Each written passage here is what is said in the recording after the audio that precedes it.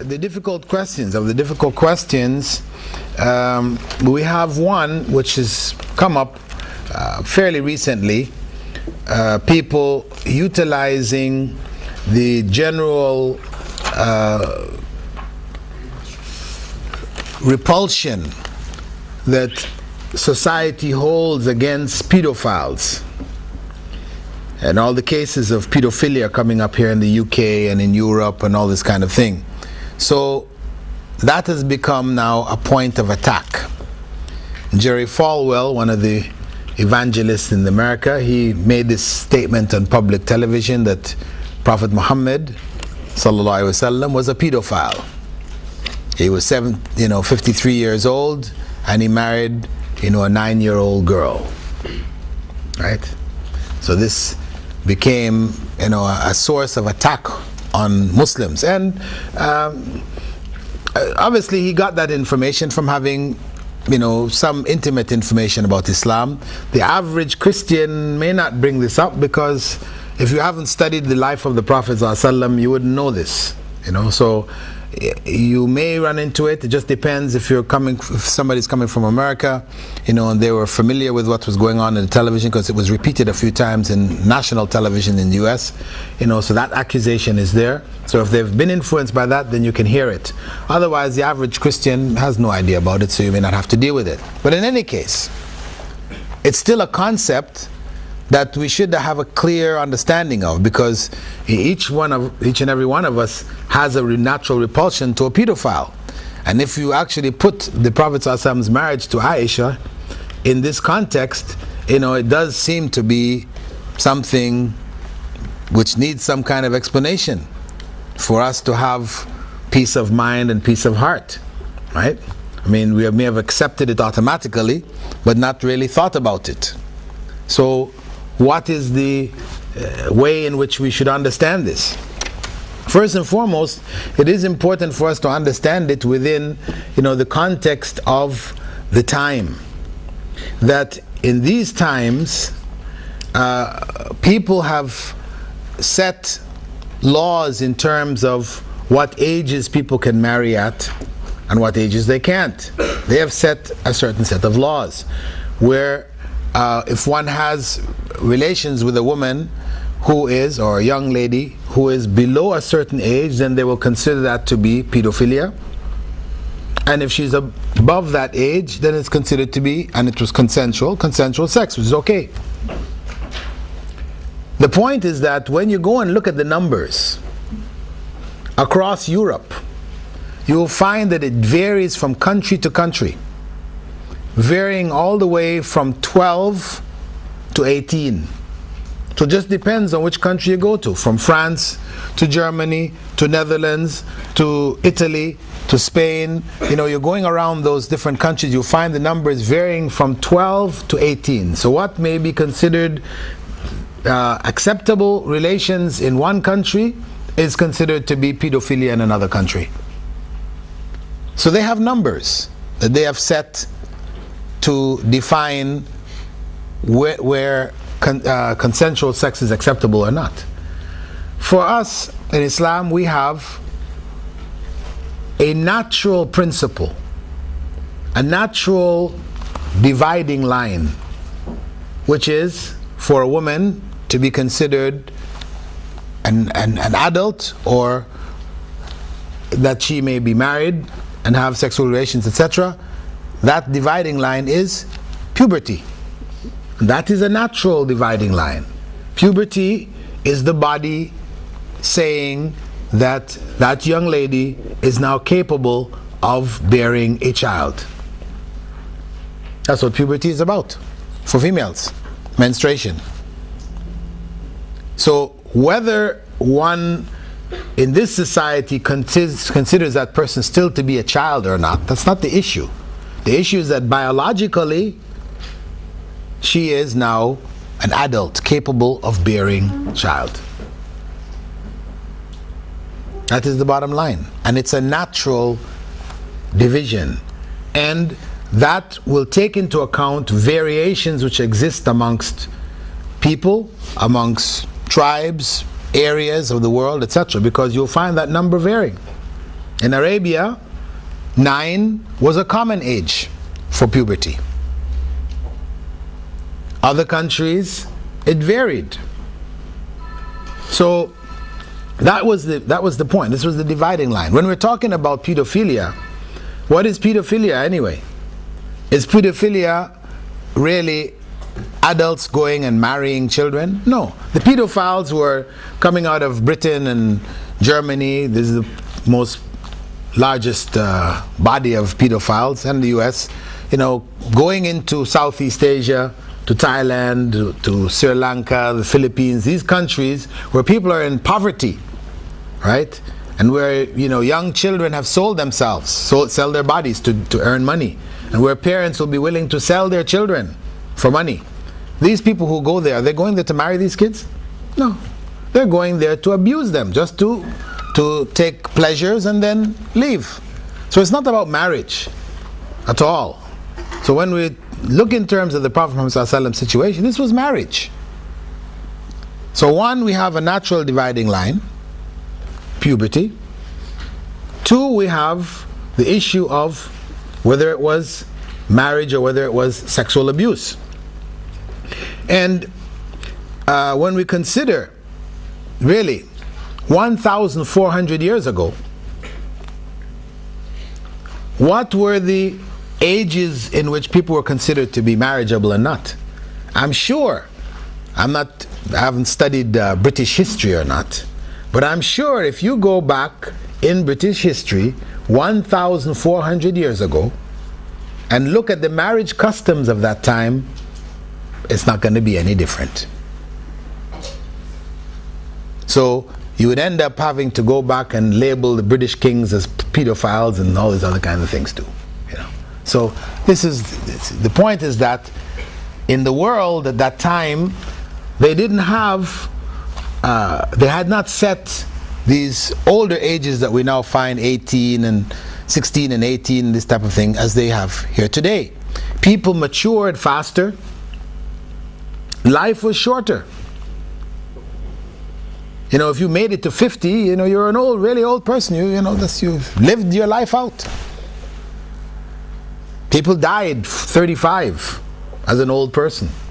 35, 40, you died, then you died an old person. So life was, people developed much faster. As soon as the child reaches a certain age, they were taught the basic things that a person should know, how to run a family, take care of a home, cook, and all the different things that were needed. Children learn that. What we call children today learn that. So where today you can find a woman in her 20s studying in university, she still doesn't know how to cook, she can't iron, she's basically a baby still going to university. This was something in those days inconceivable. Right? So the attitudes of society towards responsibility and all this kind of thing have changed.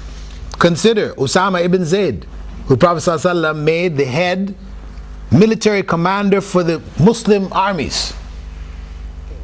17 years old. Imagine putting, 17-year-old, the head of the Pentagon, he's got his finger, he can press any button and send missiles all over the world. Hey, we would be in World War III in a minute, right? So we know that there was a whole different level of maturity. People matured at a whole different pace. So we always have to look at these things within the context. And then we look at the consequences. People who have suffered from pedophilia in childhood, what about those people when they reach adulthood? These people have problems. They got psychological problems. They're going to psychiatrists and, they've got all kinds of... Who was Aisha? Aisha was one of the leading scholars of the Ummah, the 4th most prolific narrator of hadiths, scholar of Sharia, honored by the Ummah. She wasn't a person with, psychological problems and all this kind of thing. Her life was just shattered. No. So obviously, that whole marriage situation was a legitimate marriage. It had nothing to do with pedophilia in any way, shape, or form. It was a legitimate marriage which produced, positive and good results. And it was a marriage of that time. But it remains legitimate. That if a Muslim man in his 50s, even today, wanted to marry a young woman who was 9 or 10, she had reached puberty, it is legitimate. The fact that the world is not doing it, in most places people are not doing it, doesn't mean that it no longer is permissible. No. It remains. And in some societies, I know, for example, in India, though, the whole issue of what they call child marriages, they try to ban it. It is officially illegal. But they have shown that well over 50% of marriages taking place in India today, in spite of the banning and everything else, the girls are marrying under age, what they consider to be underage, which is like 16 and under, they're marrying till today across India. So these are societies that are following principles which have been handed down over generations, and people have not understood that in terms of abuse. Now there are other people who may abuse, and certain elements of abuses happen, where Arabs from the Gulf area, having a lot of money, have gone into India and basically bought brides, child brides, and so there's an element of abuse there, and they've made issues about it in the newspaper, etc. But that is an exception. That is not the rule. The other point, which is a controversial point, can create some problems, is the issue that Islam permits husbands to beat their wives. Right? This is the heading. There was one imam there in France, right, who got kicked out of the country. Wasn't it just maybe about 6 months or so back? There was an imam who, because they had record of him saying that husbands could beat their wives, and there was an imam in Spain also, who, they made a big thing about it, how he was even describing to the people how they should beat their wives. That's how they put it, right? And big, they wanted to cancel his citizenship and all that kind of stuff, right? Because Islam permits a man to beat his wife, right? As a statement. The reality, of course, is that though Islam permits a man to hit his wife, it is within a certain context. Remember, when we look at Western society today, which doesn't allow even parents to hit their children, we can understand sensitivities, right? Even a parent today is not allowed to hit their child. I don't know exactly what the laws are here in the UK, but I know in America and Canada, they're very, very strict. If you hit your child and your child reports you to the authorities, child welfare authorities, that child will be taken out of your possession, taken away from you, taken out of your home, and you can be charged. So there's a whole different attitude that has developed in the society towards the concept of corporal punishment in general. So naturally, the idea that now you can hit a wife, this is something. But we have to stop and say, listen, okay, you're making all this noise about Islam saying that you can hit a wife. And we don't need to go, before even going into what are the conditions, the details concerning it, etc. We have to look at it from this perspective.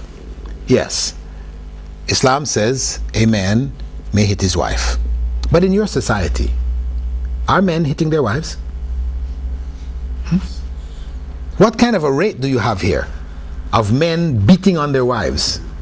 The number of women that are killed in the society, under what circumstances are they killed? You'll find that the majority of cases, the husbands killing their wives. This is where the women are dying. They're dying in the homes. This is the same country that says it's illegal. We have put it in the laws, you cannot hit your wife, and the wives are being beaten up left and right at a scale which is plague scale. And you go into the Muslim society, it's true, some husbands are beating their wives too, but is it comparable? Not at all. Not at all. Why? Because the family structure, in spite of all the problems that Muslims have, the family structure is still intact. when you marry a young lady, you're marrying into a family. A family, a father, a brother, uncle, cousins, who are concerned about their relative. So if she comes home to visit and she's got a black eye and a broken arm, you're not going to say, what happened? Well, my husband beat me. Oh, it's too bad. No, that's not how you're going to react. The father is going to be upset. What is this? The brother is going to be upset. They're going to go and see that guy and say, hey, what are you doing here? You better not be beating on our daughter here, otherwise we'll have to come over and deal with you. You understand? You're going to make it plain. You don't want somebody doing that to you. But in the societies where families are broken down, it's just a man, his wife, and his kids. Those kids grow up, they're out, they're on their own. A brother doesn't care what happens to his sister. Father doesn't care what happens to his daughter. It's your problem. You married him. That's the kind of an attitude. So naturally that breeds abuse. It breeds a situation of abuse. Whereas with the extended family intact, then the chances of abuse are much less. And as I said, it doesn't mean it doesn't exist.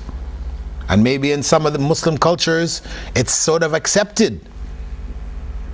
Because we talked, I didn't talk about it, but we have the issues of honor killings, which is a form of, an extended form of honor killing, which in some areas of the Muslim world, they more or less accept it. But Islam, of course, is opposed to it. So the point is that, one, the legislation which the West has not guaranteed safety for women. They're still being abused on a massive scale. Secondly, there are in the Islamic family structure safeguards which help to protect the women, regardless of what the legislation says. Thirdly, a man hitting his wife is on a very limited scale, and that hitting is not punishment. That he's going to beat, like you might hit a child to punish the child for having done something wrong. It is not like this. It is only to catch her attention where talk has failed. To catch her attention where talk has failed. Somebody is walking by, you want to catch her attention, hey, like this. This is what we're talking about. We're not talking about putting on boxing gloves and, blackening eyes and breaking arms and things like this. No, this is not what Islam says. Prophet ﷺ said if you should not hit a woman and cause her skin to bruise. And this is where the Imam got himself in trouble. He's trying to say, okay, if you hit her, make sure you don't bruise her skin, make sure you don't, So he's explaining what this really is not allowed. That means he's trying to define for you that the hit should not be a heavy hit. That should be very light. Only something of basically tapping. Catching her attention. Wake up. Our marriage is falling apart. Not, I divorce you and before you go I'm going to leave you with a black eye. Right? Get my revenge before you leave. No, this is not the principle involved here at all. So we need to put it in that kind of a context, and we need to also defend the right to corporal punishment, because Prophet ﷺ said, teach your children salah when they're 7 and spank them for it when they're 10. Spank them for it when they're 10. So that society which says, no, you can't hit your children, we have to take a stand. We have to take a stand.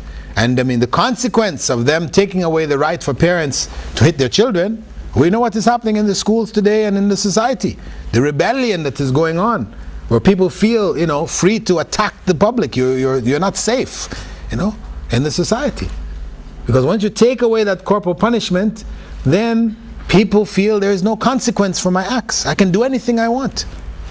And that is the reality. And that leads us also to the idea of corporal punishment in Islam in general. We Muslims still hold that a person who murders should be executed, whereas the UN has already decided that this is unfair, unjust, etc. Many countries have followed that lead, and so the idea that people are still executing, and they'd like to take out some old films from Saudi Arabia and that, where somebody's head is being chopped off, and I say, look at these people, you know. And this idea of corporal punishment, you know, presenting Islam in a very ugly light. We kill murderers. Well, yeah, we kill drug dealers too. You know, we'll kill rapists. I mean, there are people in the society who will be executed. There is a consequence for their acts. Now we have to look to see, in the West, their attitude towards penal punishment, you know, through corporal means, etc., in prison, etc., it has changed over the years. In the beginning, they did recognize that corporal punishment was necessary for retribution. The society should get back at the person who has done a crime against the society. That's retribution. It should also be for deterrence, that a person knows there's a consequence for your crime, so therefore it should discourage you from doing it. And thirdly, it is for reformation, to help to reform these members of the society, where the punishment is not death, but it is lashes or whatever else. However, from the 50s, the attitude towards punishment changed in the West in general, in the US and the UK, etc. And they said, basically, they took the position that punishment for revenge, or what they call retribution, or for deterrence, was not producing the results which justified its application. So they said the purpose of jailing people, you know, the science of penology changed its approach to crime and said the purpose of putting people in prison, incarcerating people, etc., this should be for reformation. That person, that criminal, should be looked at as somebody who is sick. He's a sick person who needs to be treated. Right? He's sick because the society has made him sick. So now the blame is now put on the society. They're the ones who, for one way or another, who caused him to be in the state that he is. So we need to just reform him. So this is the attitude that they changed to. But of course, what is the consequence?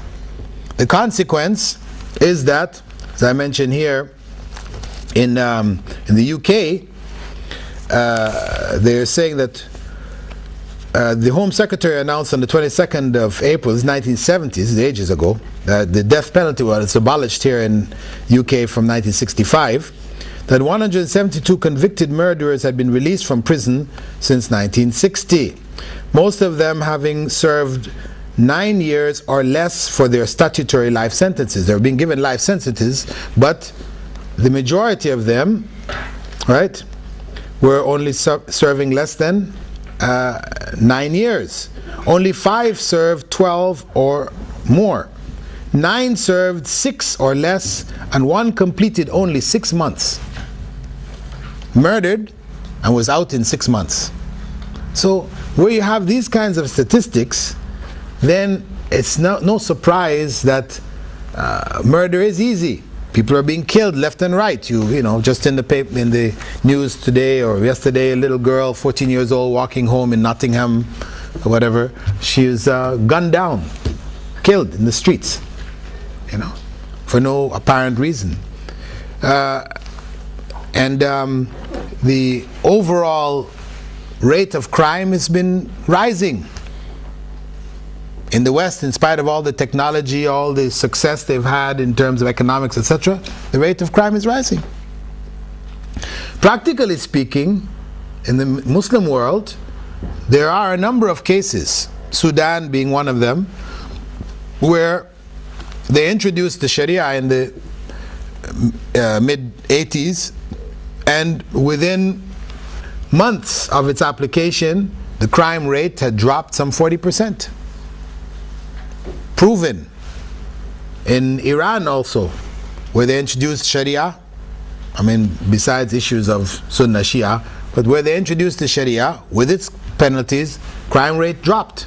In Afghanistan, where they introduced the Sharia, dropped dramatically. And so we can see there is a consequence, there is a result, a positive result which has come from the application of the Sharia. It is a deterrent. So we defend Islamically the right to execute those who murder. Now, the attitude in the West in general towards murder is different from that in Islam.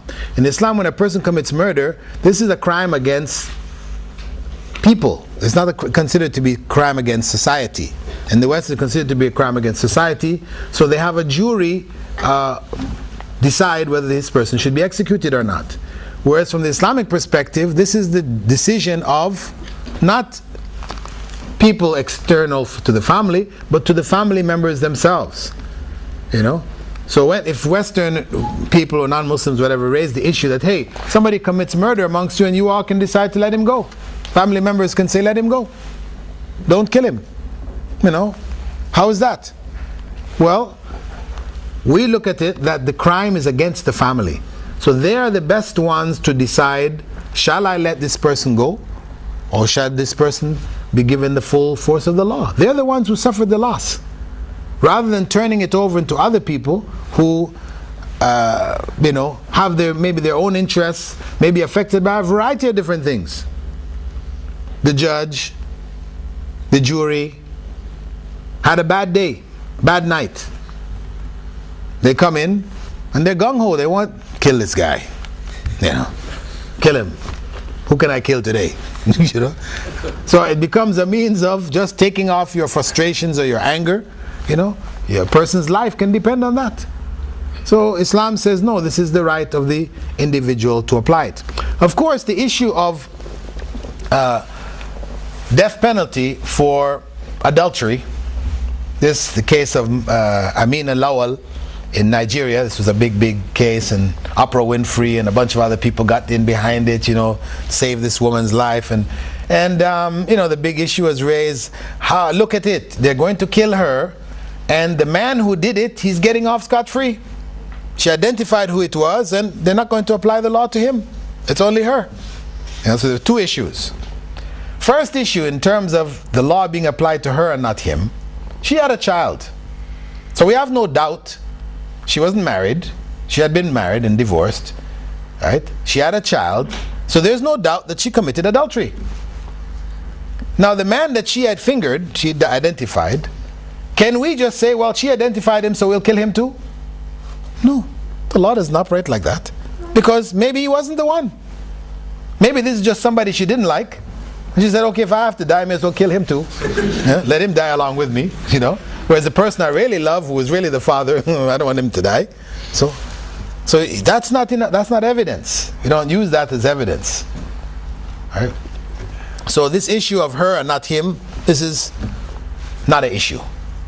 The other issue about killing an adulterer or an adulteress, stoning them to death. Of course, this is not the law which Muslims, Muhammad ﷺ introduced himself. This is already in your Bible. This is in your Bible. This is not something we introduced. It's already in your Bible. Right? This is the law of Moses. So, the question comes, still you're killing somebody for that crime. We have to say to them, you have an issue about it now. Why? Because adultery is no longer a crime for you.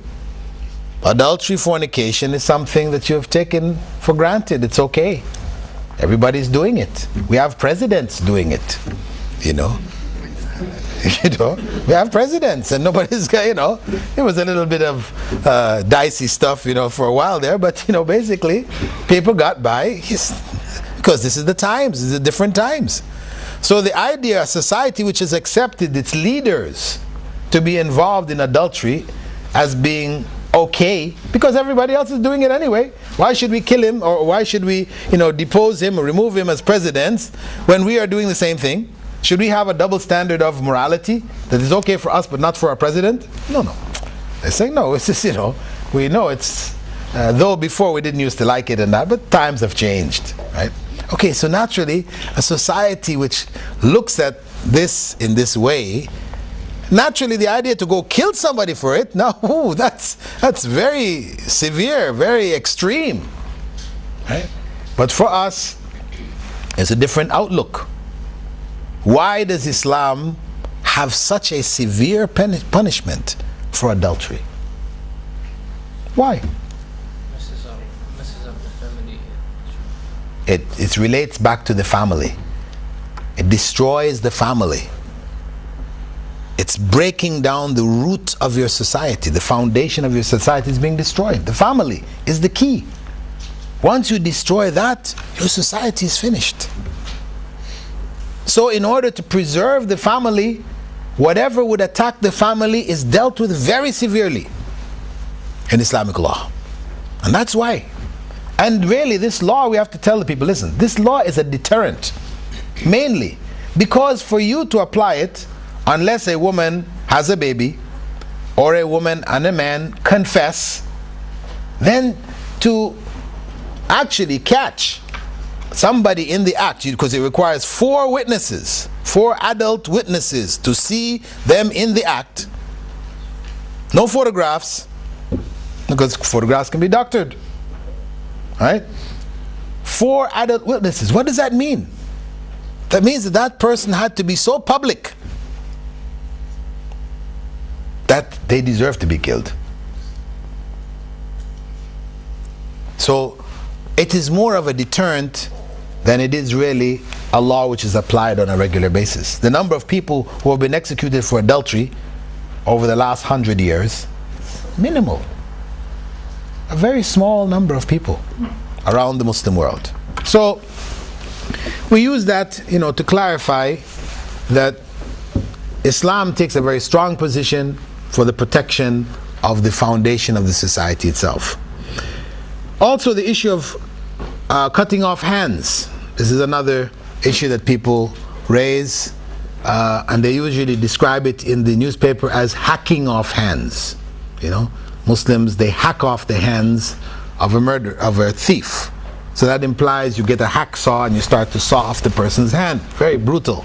Or they say chopping off hands. That gives you the idea of a meat cleaver, right? The butcher chops the meat, so he's chopping off their hands. This is how they put it, trying to put it as gory as possible. I mean, it is amputation. Their limb is cut off.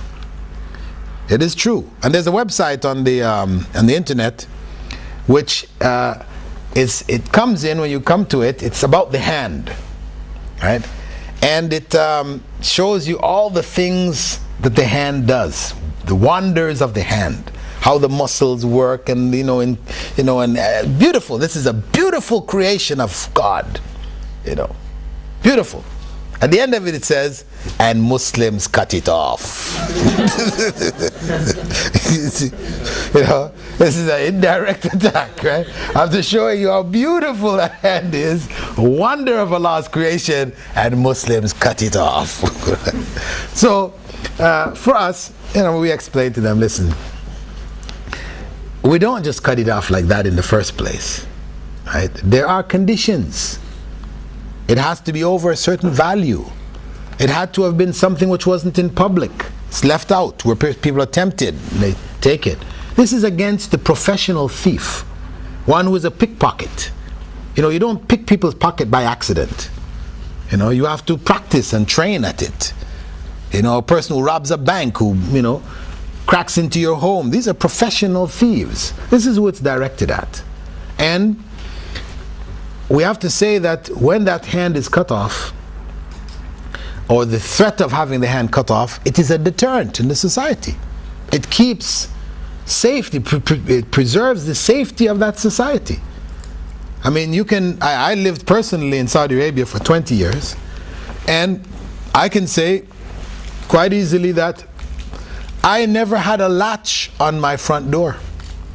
I didn't have a lock on my front door. We regularly left the front door. It was just pulled and that's it. Anybody could open the door and come walking in. You try to do that here, that's very dangerous.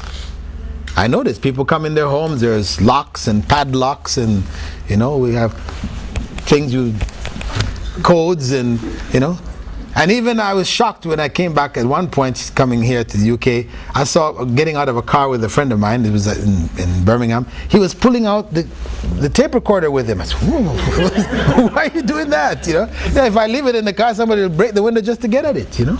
Then they invented the way now you can just take off the front of the tape recorder, right? You don't have to take off the whole thing anymore, make it smaller. But I mean, what? There's no security.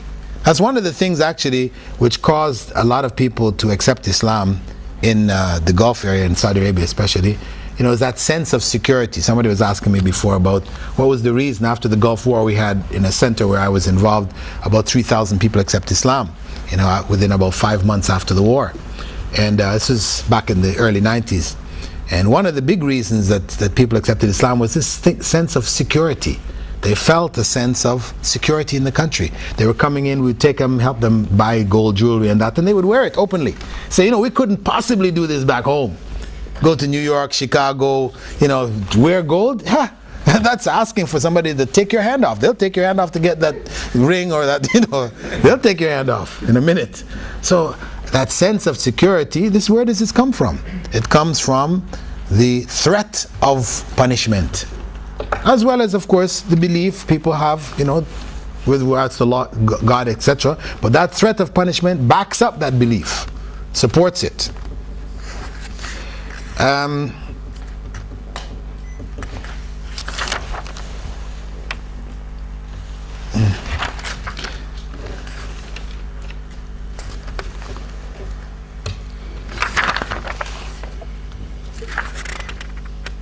There is one other point which is commonly mentioned in the West. Here in the UK and in North America, the attitude of Muslims towards homosexuals, we are labeled as being homophobic, right? You know, we have the unfortunate disease of homophobia, mental disease of homophobia, right? Of course, we have to remind them that the whole of the West was homophobic, you know, 40 years ago. Go back 40 years ago, and homosexuals were hidden. They said they're in the closet. You know, they would hide their homosexuality. They wouldn't openly show it in the society.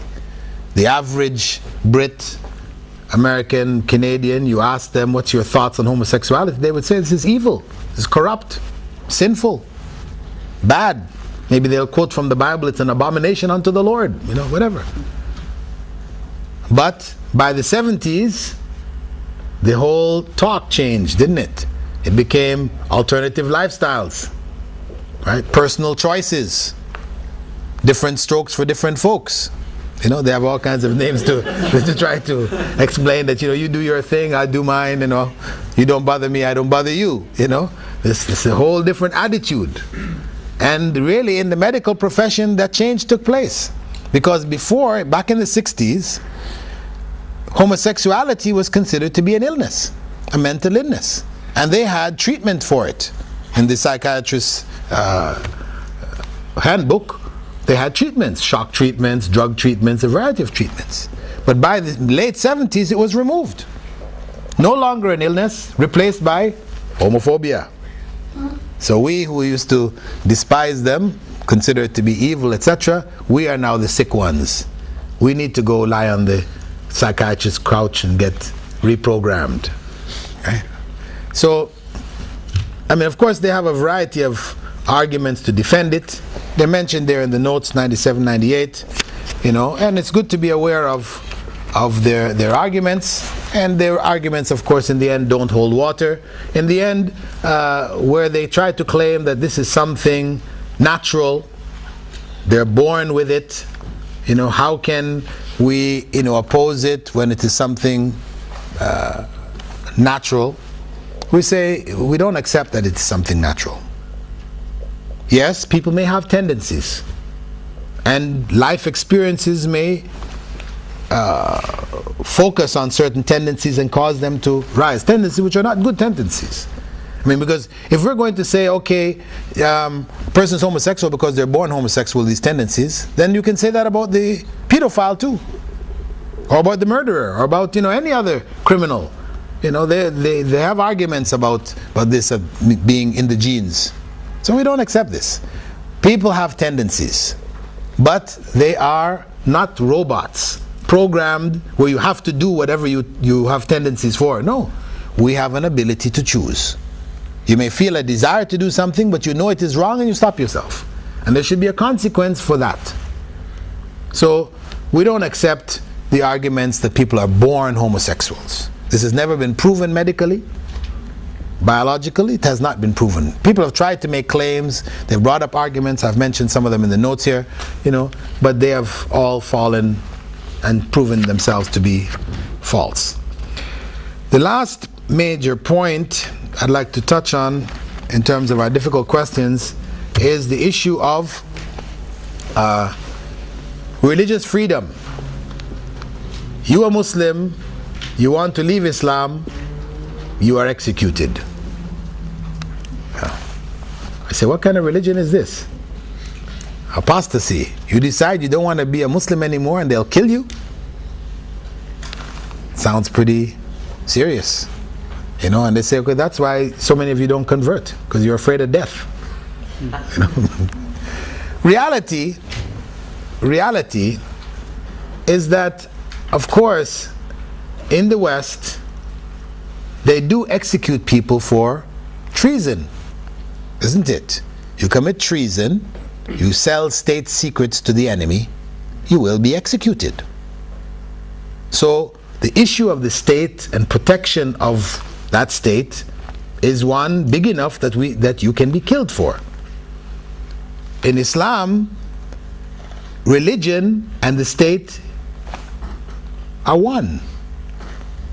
Islam is not like a religion as the West understands religion, which is a private affair. So the idea for you to be killed about making a private affair, your choice in a private affair, this sounds ludicrous, ridiculous. How? You choose to be a this or a that, or you change, they're going to kill you? No, this is personal. So they have to understand that religion in Islam is not a personal affair alone. Yes, it has a personal element, but it is the state. So when a person leaves Islam publicly, they are challenging that state. So it is like an act of treason. And this is why the law is so severe. And that is for the person who publicly goes out and says, I have left Islam. Islam is this, that, and the other. Yes, that person will be executed. Islam instituted that law in Medina when the Jews were trying to mess up the Muslims. What they did, and it's mentioned in the Quran, they would come into Islam in the morning, and in the afternoon they would leave Islam to try to shake the faith of the believers. So the law came, you come into Islam in the morning, you better not leave in the afternoon. Okay? So you can't play with Islam, you have to be serious. You become a Muslim because you really believe it, you're serious in it, you come into it. So it was to protect the state from people trying to disrupt it and to undermine the religion, etc. So that's the general principle. But if you personally leave Islam and you keep quiet about it, nobody's going to hunt you down. We don't have inquisition courts, like the Spanish Inquisition, spread all across Europe. People's faith was being tested. We don't have that. You personally don't believe, you keep it to yourself, nobody's going to hunt you down. Or you leave the country. You leave the Muslim country, you go into a non-Muslim country, you want to make a big poster, say, I left Islam. We're not going to send any agents after you to go kill him, we have to take this person out. No. That's your choice, you've done it outside the country, that's your business. But inside the country, inside the Muslim country, then we wouldn't tolerate it to protect the weaker elements of the society. Where if somebody is openly rejecting Islam, that can get into the hearts of others whose Islam is shaky and draw them into disbelief also. So it's for the protection of the society as a whole, this law is there. And as I said, we stress the concept of Islam and state being one. So those are the main points. Inshallah, there was some other issues concerning music, you can read about it. And terrorists and jihad The only thing I would just say concerning terrorism is that one man's terrorist is another man's freedom fighter. You know, when you read the definition for who a terrorist is from the American government, it means that those who did the American Revolution were all terrorists. To liberate America from British rule, whatever, they were terrorists based on their own definition. So it just depends on who is looking at the picture. Of course, there is a general principle that we do hold, that there are some acts which we don't have any doubt that these are terrorist acts, where violence is directed at innocent members of the society, children and others who are not combatants. So this for us is terrorism, not acceptable Islamically. And those Muslims who interpret the eye for the eye, meaning you kill our women and children, we will kill your women and children, they have not understood Islam, because that's not what Islam says. If they kill our women and children, then we have to kill them, the people who did it, not the people, their family members who didn't do it. This is not how the eye for the eye works. Eye for the eye, you knock out my eye, I have the right to have your eye knocked out. Not your brother's eye, your sister's eye, your mother's eye. No, your eye. If you knock out my mother's eye, then it's your eye that needs to be taken out, not your mother's eye. So that's not how eye for the eye operates. So some people have used that to justify acts of terrorism directed against non-combatants in the society. In Islam, where we see that happening, we should not support it. We should recognize and accept that it is not acceptable, it is wrong Islamically, and stand on that. But at the same time, it is important for us to let them understand that there are reasons. Let us not just ignore what has happened in the country. So those certain people, cutting off Bigley's head on the television, if it is done by Muslims, we don't support it. We say this is wrong, this should not have been done. But at the same time, there was a bigger wrong going on, which was attacking Iraq, and devastating that country, killing many of its civilians, etc., etc. That was a bigger wrong. That was not right. So we don't, although on one hand we recognize where there's wrong, we don't just stop there. We also try to take those issues back to the primary causes and look and see, well, here, there was a bigger wrong here. These people in desperation, they've done these things, though we don't endorse these desperate actions. At the same time, we also are opposed to what took place in the first place.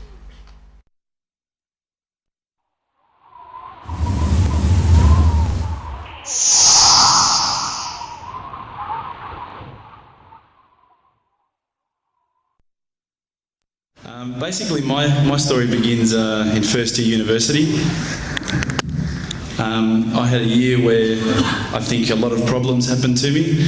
My parents separated that year. My dog died. That was a particularly tough day. Subhanallah. I had 2 car accidents in the space of 1 week. And also, sadly, I had a friend pass away that year. I think that year led me to sort of ask some questions along the lines of, why am I here? What's the purpose of life? Why do I get up in the morning? Why do I even bother? Why don't I just sit on the couch, watch TV, Jerry Springer, whatever? And I think I started to ask questions about, the purpose of life, and that led me to start to do a bit of a holy quest. Naturally, as an Aussie, the first thing I did was investigate Christianity. I had a few Christian friends, and I remember going to a church camp. It was one of the funniest camps I've ever been to in my life. Everybody was singing. I didn't know what the words were. I didn't know what they were saying. It sounded great. They had beautiful voices, but it just seemed really strange. And everybody was telling me how much God loved me, and I was thinking, God loves me? My dog died. Subhanallah. So I kept on investigating Christianity, and I went to a whole lot of, different aspects of Christianity. So we're talking about Catholicism, we're talking about Anglican, Baptist, priests, pastors. And every time I'd go there and ask questions, I'd find that they wouldn't pick up the Bible and start to say, oh, this is the answer, my dear brother. They would just start answering me. They would just answer from their own opinions. And I started to realise that there was a lot of interpretations of Christianity, and a lot of people had their own interpretations, and one priest from one church was believing one particular aspect of Christianity whilst another was proclaiming another. So I started to think to myself, the Bible is one text, but there seems to be so many different interpretations, and it was confusing. At the time, while I was in first year university, I was also working in a service station, one of my part-time jobs. And one of my colleagues was a Hindu, was an Indian Hindu. And we'd regularly change shift, and at that time I was very inquisitive, and I'd say to him, dude, what's the deal with the elephant head guy? You know, what's the deal with that, you know? Why has that guy got an elephant head? And he's going, oh, that's Ganesha, you know, this. I said, but couldn't he have chosen like a lion's head or something a bit better? We'd have, you know, these really deep theological debates while people were buying petrol. And I'd be saying, yeah, but why, bro, hit $5 of gas? Thanks, mate. Yeah, no problems. And again, I found that was very hard to stomach. So I sort of investigated a little bit further. I had a good friend of mine was a Mormon. And I found that this religion actually appealed to me the most out of all of the Christian religions, the Church of Latter-day Saints. They were quite strict. They don't drink alcohol. They don't drink caffeine. So unfortunately, Coke's out, guys, because I know Levos love Coke. But again, you know, there was that leap of faith I felt that I had to make to embrace this religion. And I found that, you know, I wasn't just into making a leap of faith, I wanted proof. I also investigated Judaism, would you believe? And my original name before Abu Bakr is Reuben. So if you've probably seen all the movies, you've seen Reubenstein. At the end, they probably thought I was Jewish. So they thought, oh, this guy's, you know, one of us. But again, you know, I just didn't find what I was looking for. Lastly, I probably looked into Buddhism, and I found that this was probably the religion that I was going to choose. I thought, look, this is great. You know, there's so much, you know, people at peace here. They seem to be really switched on, and they seem to be living one with the world, and that's what really appealed to me. But the more and more I looked into it, I guess I realised that it wasn't a religion of God. It was just a nice way to live. One of my friends, one of my close friends, who's a Christian, would you believe, said, tell me the religions that you've investigated. So I went through them. I said, you know, Judaism, Christianity, Catholicism, Buddhism, Hinduism, da-da-da-da. He goes, what about Islam? I go, Islam? I go, they're terrorists. I'm not going to investigate that religion. They're crazy. Why would I even look at that religion? But lo and behold, I found myself walking into a mosque one day. This was my eternal quest. So I walked straight in, shoes on, straight across the prayer rug. There was a brother praying. I walked straight in front of him. As he went to go into sujood, I almost stepped on his head. SubhanAllah, I didn't have any clue what I was doing. I looked over and I saw this brother. You probably know this guy. This is Abu Hamza. He's come here and he's lectured a few times. SubhanAllah, I call him Abu Da'an because he's got a very large beard, mashallah. He came walking out towards me and I thought, today I'm about to die. This is the last day of my life. I'm a dead man. I'm a white boy in Lebland. What am I going to do here? I'm dead. He came walking across as though he just walked out of the Sahara Desert. Big abaya, big beard. But subhanAllah, the first words he said were, "G'day mate, how you going?" If only he had the can of VB, it would have been perfect.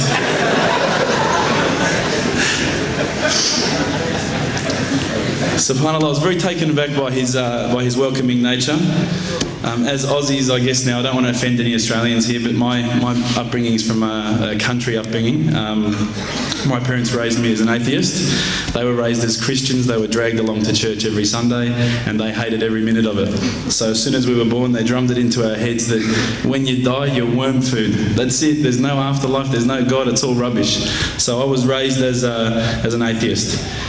So when I walked across and I saw Abu Hamza and he was talking to me in a very polite fashion, which I was very thankful for because I was sure I'd seen him on the 5 o'clock news hijacking a plane the day before. Now, Aussies are hospitable, don't get me wrong, but Lebos are the most hospitable people I've ever come across. And as the brother Hamza was saying, these brothers were making me cups of tea, you know, and I honestly needed to keep going to the toilet every 5 minutes. They just kept putting tea in front of me, biscuits. I'd never seen anything like it. And I think to some degree I kept coming back for the biscuits, but also for the religion. So when I sat down with these brothers, I actually started asking questions. I asked all the questions that I've asked of the priests, of the pastors, of my friends. And subhanAllah, the thing that really struck me is that every time I asked the question, they wouldn't just answer. They would pick up a Quran and they would say, read this, bro, read this. And there was the answer, every single time. And I would ask another question, you know the hard questions, not the easy questions. Why do women have to wear the scarf? Why the hijab? How come I can have 4 wives and she can't have 4 husbands? You know, I wanted to know all the tough questions, which is the first questions I guess you ask when you come across Islam. But lo and behold, they kept on answering the questions with the Quran, not from their own opinion. And I got frustrated with this. And I actually said to one of the brothers, because by this stage I think I'd been going there for about a couple of weeks, there was always a few brothers there when I went. And I said to one of the brothers, I said, you know, what's your opinion on the matter? Why won't you give me your opinion? And one of the brothers turned to me one day and said, how can I have an opinion when this is the word of God? SubhanAllah, I remember that really hit me. So I asked them if I could take a Quran home, and I didn't say I was going to use it to chalk up the couch or anything like that. I said I was going to respect the book, so I took it home, I started reading it.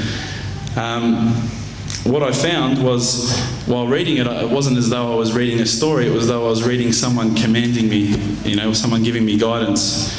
And one night I decided to really try and get the spiritual mood happening, and I'm sure probably some of you have heard this story before, so I apologise. I'd lit a candle,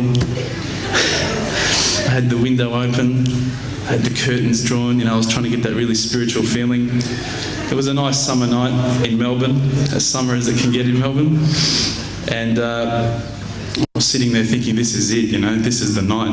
I'd been, you know, investigating all the spiritual proofs, all the scientific proofs about the fact that the mountains are the pegs, about, you know, how the embryo develops inside, you know, the woman, all these amazing proofs, but I still needed that little push. It was like I was on the edge of a cliff, I was ready to jump, I just needed a push.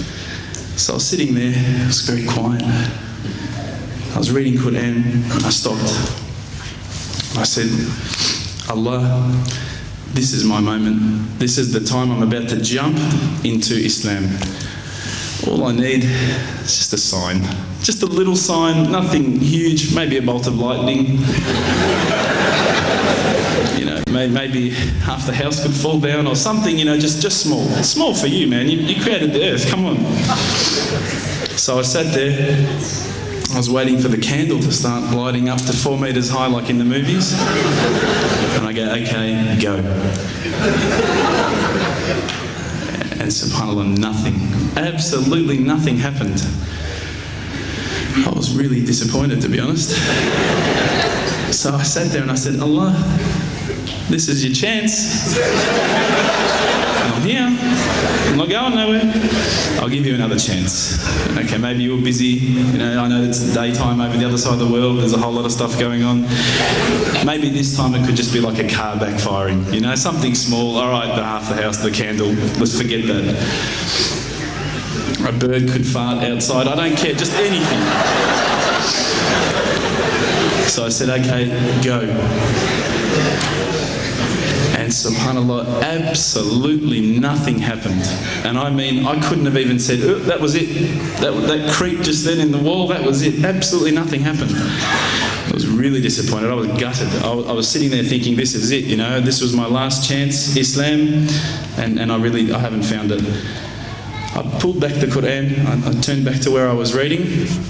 SubhanAllah, the very next verse on the next page, for those of you who ask for signs, have we not shown you enough already? Look around you, look at the stars, look at the sun, look at water. These are the signs for the people of knowledge. SubhanAllah.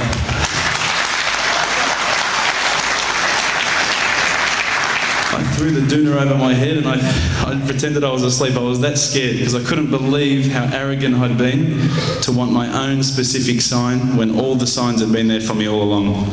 The fact that we have this world, the fact that there is this creation, these are the signs for all of us. The next day I decided this is it, I'm becoming a Muslim.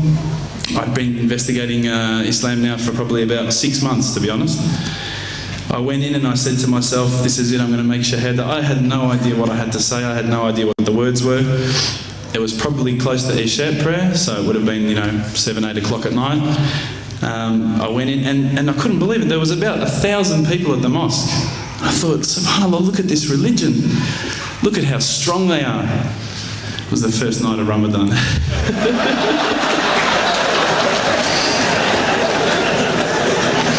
Ramadan Muslims. So I sat there and I was very nervous, I must admit. I got up and this person's going to me, you got to say these words, bro, Ashhadu. I'm going, what? Ash what? Can't I just say it in English? No, they say, no, you got to say it in Arabic. And I thought, I looked out over the sea of beards that I could see in front of me and I thought, if I get these words wrong, I'm a dead man. Again, I had this fear, And they were staring at me, and I don't know if you know this, but Australians can't stare. Lebanese people can stare. So I was sitting there, I was very scared. I got up, and subhanAllah, as soon as I started to say the words, all fear went out of my mind. It felt as though a shower was inside my head and someone had just turned on the cold tap. Felt like I'd been flushed clean.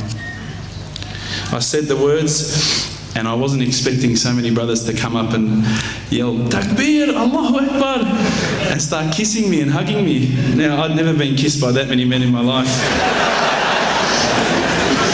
But it was a beautiful day, I must admit. And that day was the day that I had more brothers than I could ever imagine, more sisters as well. But I guess since that day I've never looked back. My family, I think initially were very worried that I was going to be, I guess, a little bit weird towards them. They thought that I was going to break out the AK-47s and the grenades. But they realised, I think, soon that this religion was actually making me a better person. Prior to Islam, you're not going to believe it, I had a mohawk. I did. I had, I'm not going to show you any photos. I had army greens, I had the Metallica t-shirt, I had the cherry docks. I was shocking, right? I thought I looked great, but I looked terrible. And alhamdulillah, ever since then I look as good as I do now. No, don't laugh, please. But my parents were the first people to actually say to me once, which really amazed me. They said, my father actually asked me for the Quran recently, which I was really happy about. I always thought he'd be one of the hardest people to work on. But he said to me, ever since you've been a Muslim, you've been a better person. You're more reliable. I can count on you to come and pick me up if my car breaks down. Whereas before I go, Dad, I was drinking last night. I don't know if it's still out of my system.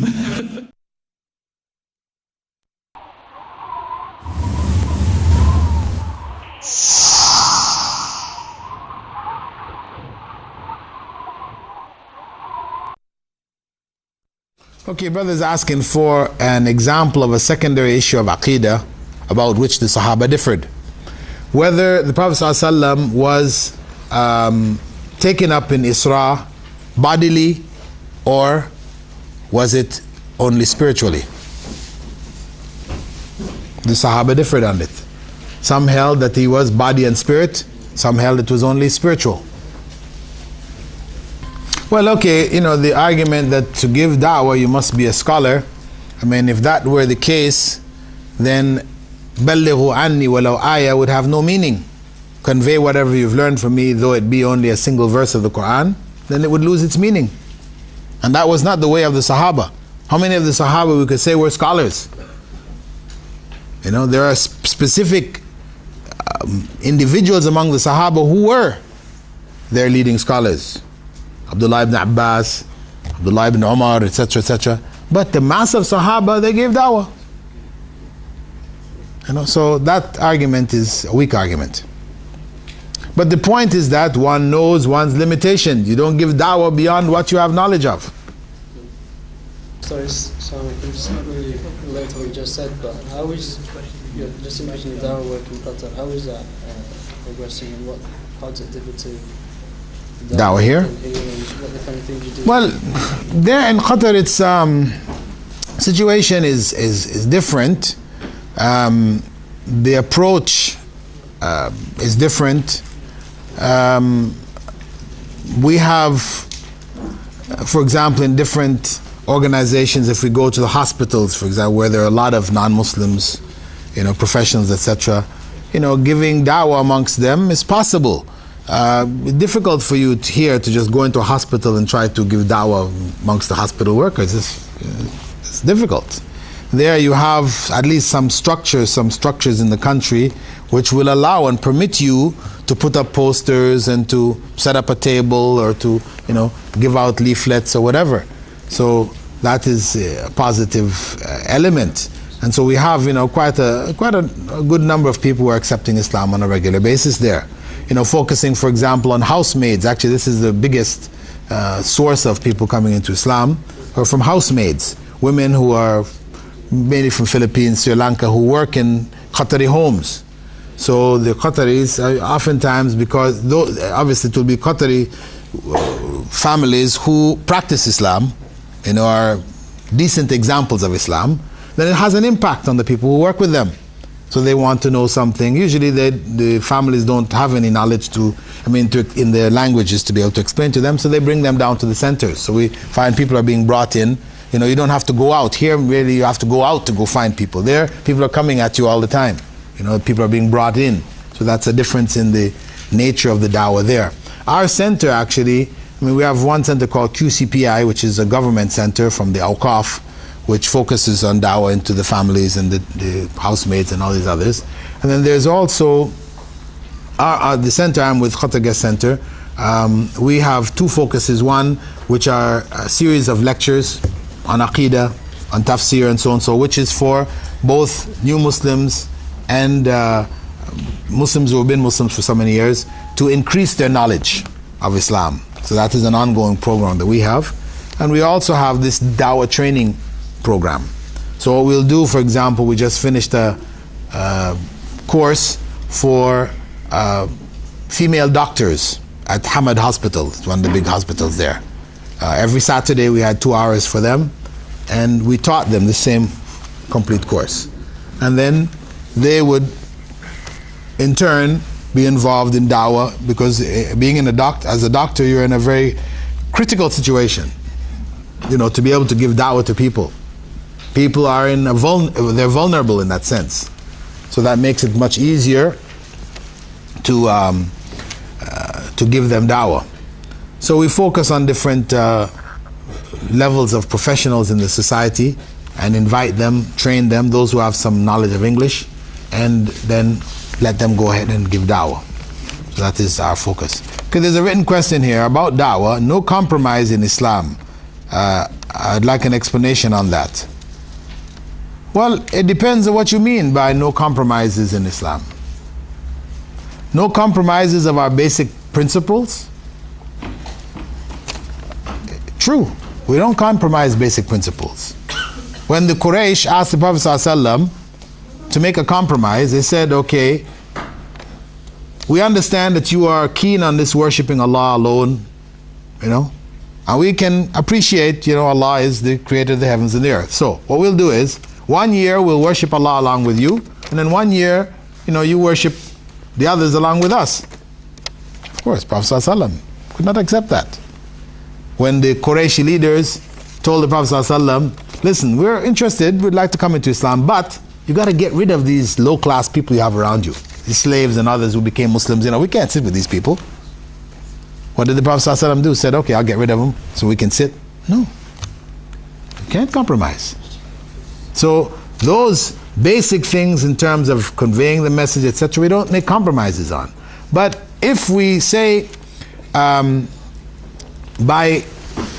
establishing priorities, you see, some people mistake priorities to be compromise. Somebody wants to accept Islam.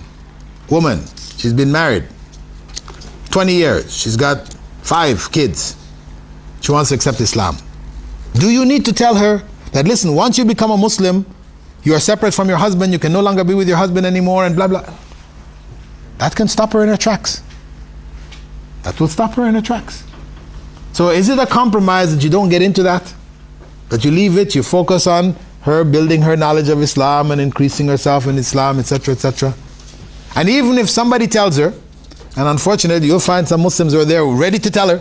If she has to know this, you can explain to her, listen, it is better for you to become a Muslim and stay with your husband than for you not to become a Muslim. Is that a compromise? When a man came to the Prophet ﷺ, young man, right, he came to him, Sahaba around the Prophet ﷺ, and said, "O Prophet of Allah, I would like to accept Islam, but could you give me permission to fornicate?" What did the Prophet ﷺ say?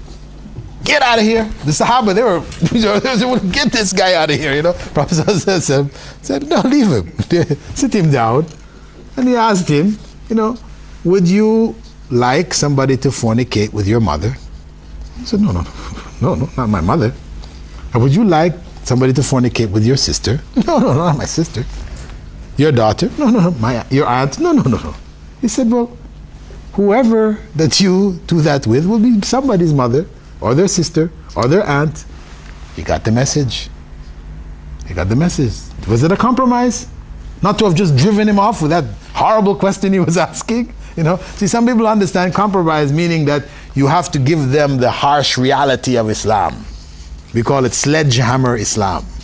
You come with your sledgehammer, you're just cracking people over the heads, that's how you give your dawah. No, that is, as Allah said, لو كنت فظا غليظ القلب لانفضوا من حولك. If you were hard in your heart, people would have fled from around you. They wouldn't have been interested in the message. Yeah, I want to ask you a question when you're doing dawah. This morning on the radio I was hearing about, Ken Bigley got beheaded, and the lady was saying, we should just, if they behead ours, we should behead theirs. And I'm sure we'll probably meet people like that view on the street. Now, if someone comes to you with that view of primitivism, beheading and all that, how should you take the flow of the conversation? Because, that's very hard to do because it's emotional anger. What should you do? Which is the best line? Okay, actually we're going to cover that. In this next session when we start back up, we'll be covering that. We have what is called the power principle to deal with it. You have to, the person who's coming to you with emotional anger, you have to neutralize that. You have to settle them down, calm them down. Otherwise you'll not be able to communicate. You'll just be head on, right? So you have to be able to neutralize. And basically, the point is that where Muslims have done something wrong, you can't defend it. You can't say, well, they're justified in doing it. No. So where something is wrong, you have to accept this is hideous. This is not from Islam. I don't agree with it. I'm with you. This is something terrible. Should not be done. But there's a but.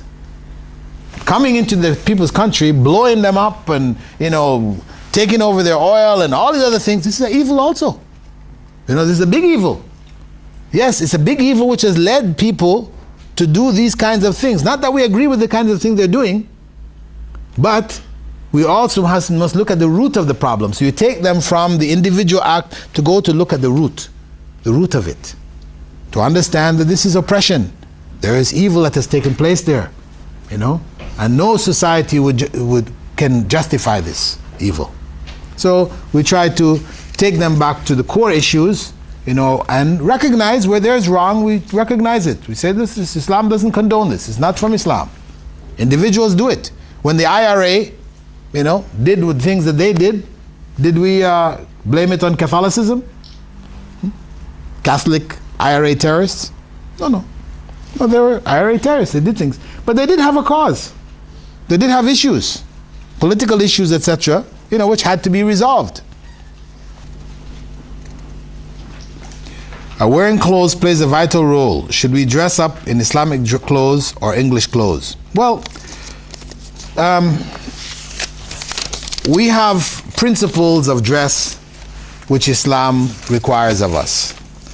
As long as we are fulfilling those principles of dress Islamically, then we can dress, whether it is taking from the dress of the people of the land that we're in or not. As long as that dress is not unique to them, specific things that they wear, which are accessories, like ties, for example, for men, It's an accessory. It is not a necessity. It's not a necessary part of dress. Wearing a jacket, this is something necessary. You freeze to death otherwise, you know. So those things you take from their clothing, fine. As long as in your clothing you maintain the Islamic guidelines. You know, your pants are not below your ankle.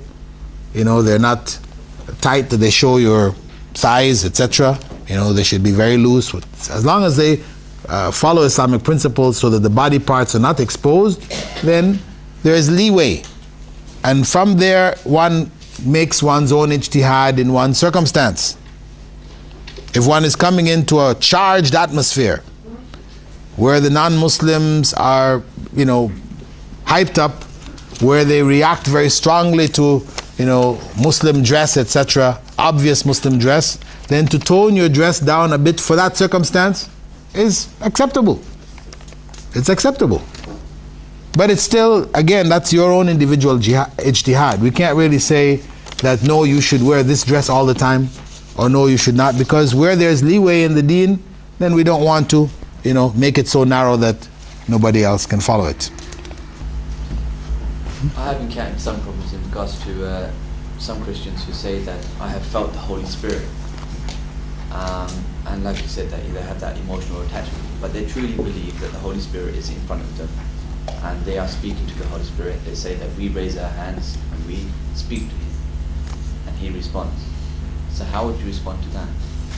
Well, you know, I would just say that you believe, I mean, obviously it is an issue of belief in the Holy Spirit and that this took place, that we can find, same thing you could say to them among Hindus, you know, who believe in the Spirit, because when they worship their idols, right, they will say, yeah, you see a physical idol here, but we are not worshiping that physical idol.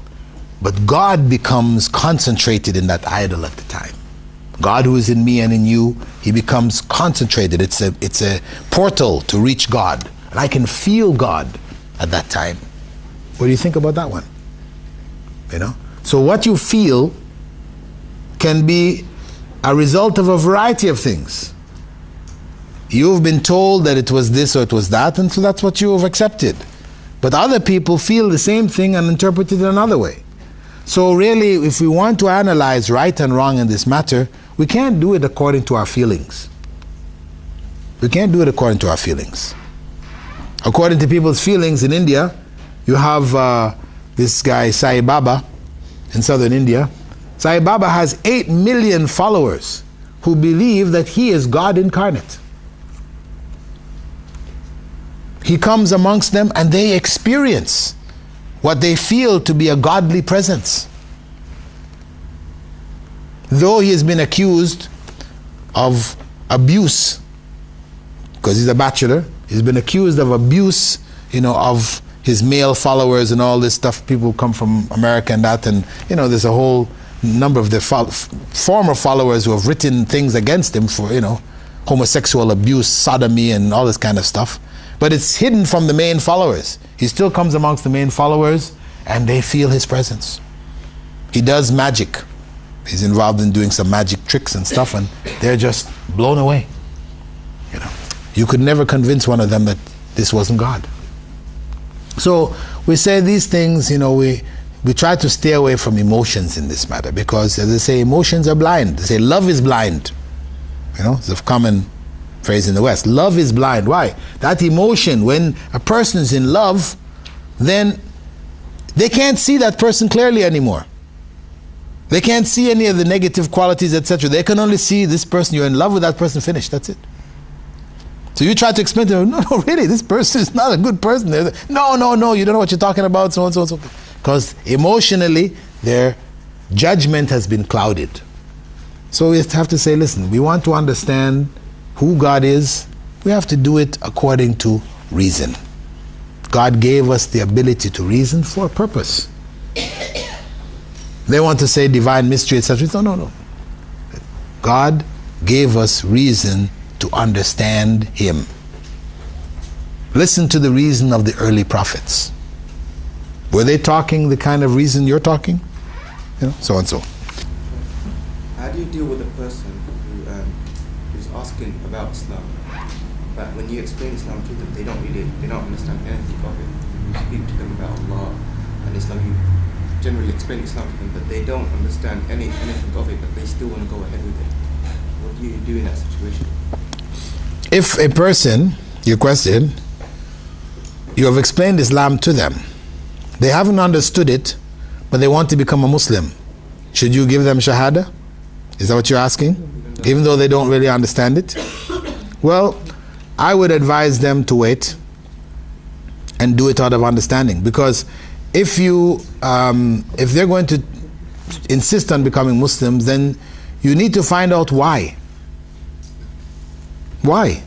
Why would you want to go ahead and do something, come into this thing, even though you don't understand it?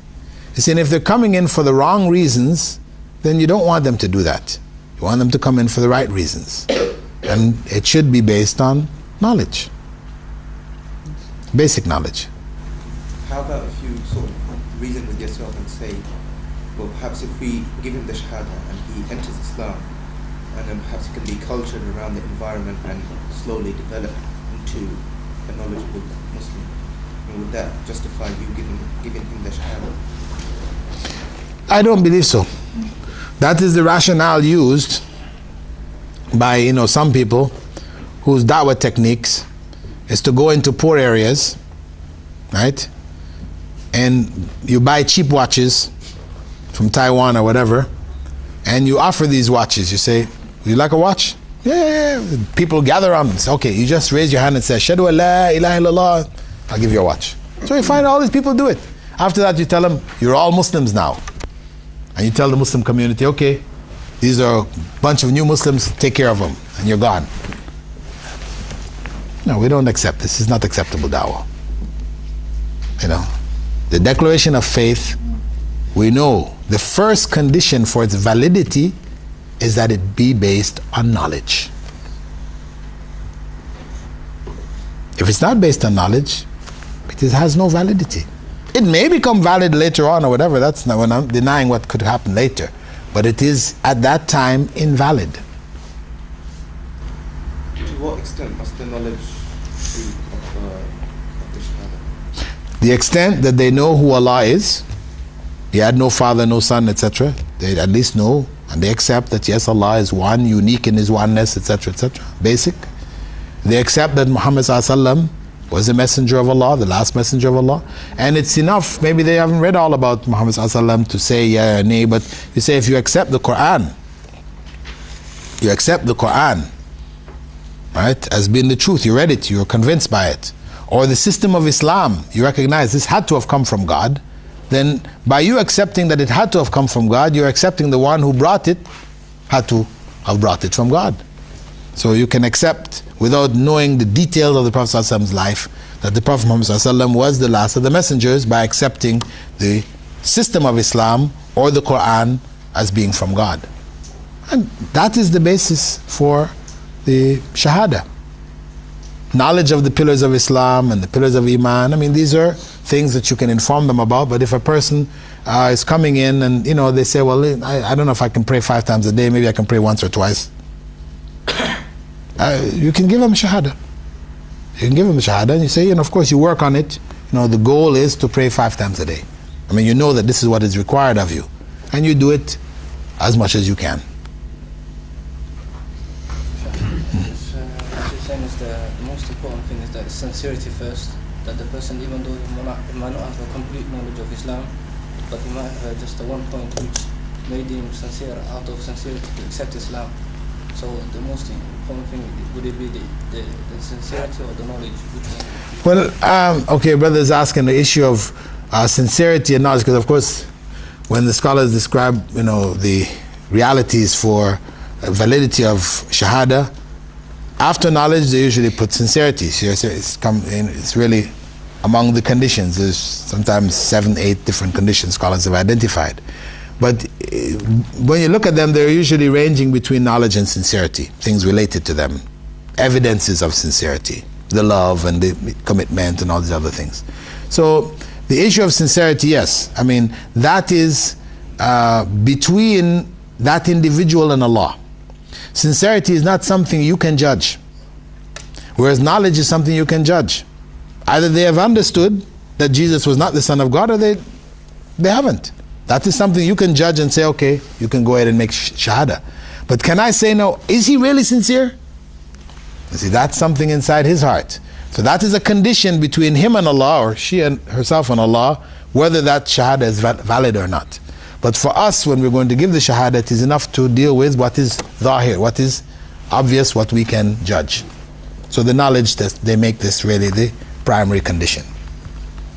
Just like to ask, the two concepts between equality and justice. I understand there's some distinction made there. If you can comment on that, because what I've heard is that there is no equality in the sense that is in the Western sense, but what there is justice. I don't know if you can comment on that.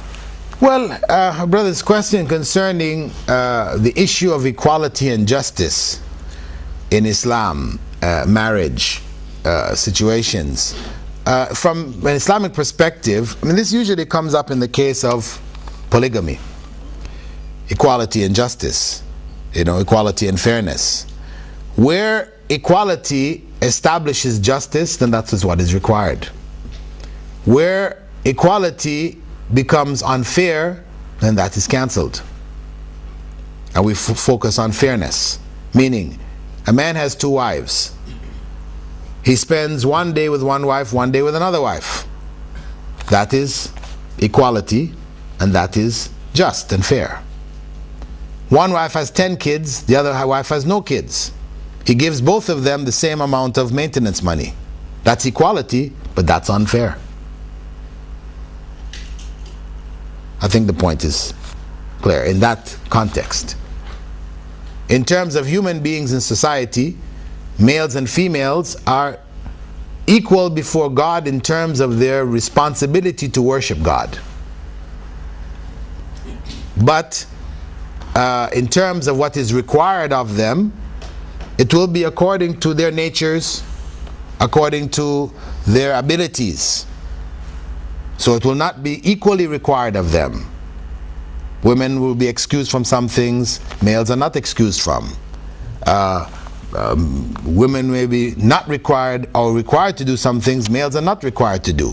So we don't talk about equality from that perspective, but what God has deemed fair or just from each individual, this is what is required of them. And even in the society in which we say, okay, it's among males themselves, are all males equal? Yeah, they're equally responsible before God, but are they equal? No. Males are not all equal. Some are more intelligent than others, some are stronger than others, some are richer than others. People are on different levels. Really, people are not really equal. They're only equal in terms of their responsibility to God. What is the ruling of a sister who wears niqab and has to teach students aged up to 16 years old, considering some of them are male? Well, the issue of teaching males for a female standing in front of males, teaching males, is not a good circumstance Islamically. She shouldn't. They should be below puberty if she's going to be teaching them, males. Otherwise she should just be teaching females. But in a circumstance where she's the only one able to teach that particular text, whatever, or material, exceptions can be made, and some arrangement should be made in terms of the seating arrangements and these kind of things to keep the males at a distance. Otherwise, as we said, as a general principle, females teaching males above the age of puberty would not be permissible, because of the fact that it is drawing attention to themselves. The tendency for people is to look at those people who are teaching them, and there's a particular prohibition with regards to males and staring at females. There is some relaxation in regards to females. It is not held in the same light as males because of the consequences and because of the difference in the natures. The other point I'd just like to remark on this question which came to me is it has 786 on the top of it. And you should just take note that 786 does not mean Bismillah ar-Rahman ar-Rahim. In fact, the writing of 786 is considered to be bid'ah, an innovation. It is numerology. And numerology is a prohibited science or art. You know. In fact, 786 could mean that there is no God and Muhammad ﷺ was not a messenger of God. Because you're depending on the meanings of you're giving values to letters, saying that alif equals 1, ba equals 2, ta abjad, jim equals 3, dal equals 4, and so on and so forth, and then you're adding it all up to get you 786. But I could contrive a sentence in Arabic which says there is no God, you know, God is materials, and it add up to 786. So this is why this is not valid in the first place, and in the second place, as I said, it's a part of the numerological system which was devised by the Jews. Muslims adopted it from the Jewish practice of, this is where the Kabbalah and their calculations come from. Basically, you spoke earlier on, for example, the Islamic way, when women get accused of husbands, they can always go back to their homes or the father or whatever, who can then financially support them. However, what in their case where they don't have either, say, a father or a brother or someone who will not financially support them? Under Islamic law, what is available to the woman? Well, as the Prophet ﷺ had said, that he is the guardian for one who has no guardian. Right? That he provides maintenance and he inherits. That the woman who has no guardian, then the state and the representative of the state would be a judge or whatever, or if it's a community, the representative of the community becomes the guardian for that woman, and through that guardian she would be looked after, and if she died and left something behind, the state or the community would inherit that and distribute it according to need. Is that clear? However, what if, in, say, for example, in today's society, let's say the state cannot necessarily always fully look after somebody in terms of providing housing, in terms of providing a certain amount of financial support, because she may, in certain cases, be limited to what she receives. It may not be sufficient for her.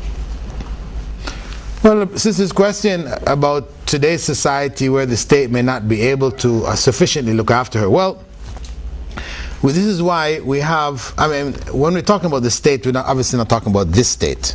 We're talking about the ideal Islamic state. We're talking about ideals and, idealistic principles, or how it functioned in the time of the Prophet Muhammad ﷺ, what would happen for people who had no relatives, and they were taken care of. The state would find the means to take care of them. They would be given priority through the zakah. The zakah would be used to help to take care of them. Also, you have, as a norm in many Muslim communities, you have charitable organizations. These organizations would be brought to bear to help the state if the state can't, to make up for what the state falls short on.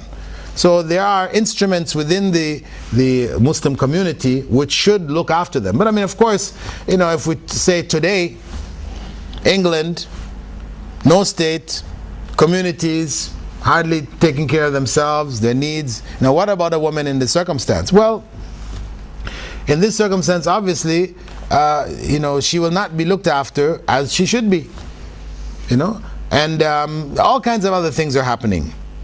Men who should, in certain circumstances, take the children, don't get the children.